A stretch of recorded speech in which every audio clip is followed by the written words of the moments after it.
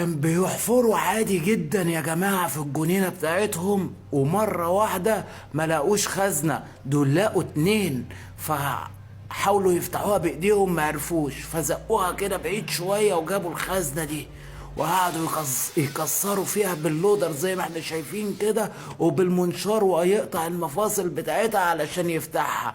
ولما فتحها كانت المفاجأة غير عادية وغير متوقعة ليهم هم.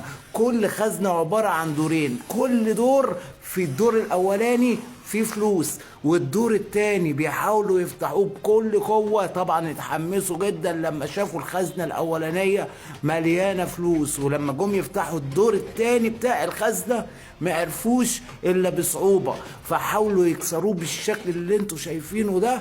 وكانت المفاجأة ليهم غير متوقعة. هيلاقي ايه بقى في الدور ده؟ هيلاقي فلوس، بس عملات نادرة وعملات قديمة جدا، يعني تساوي أرقام خيالية جدا جدا جدا.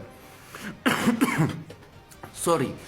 تشوف منظر الفلوس عاملة ازاي، والفلوس تحس ان هي لسه طالعة من البنك.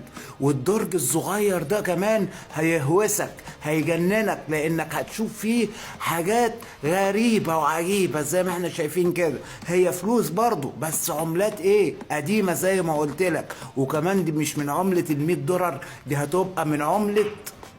اتفرج كده وركز معايا علشان العملة دي، الناس دي من الاخر لقت كنز، كنز غير عادي وغير متوقع. وتخيل نفسك لو انت مكانهم وبتحفر عادي جدا في الجنينة بتاعتك، ومرة واحدة بقيت مليونير زي ما انت شايف بالشكل ده. ومش كده وبس، ده انت لقيت كمان مفتاح، ومفتاح عربية. طبعا ده معروف ده مفتاح عربية، امال التاني احنا مش عارفين ده مفتاح ايه.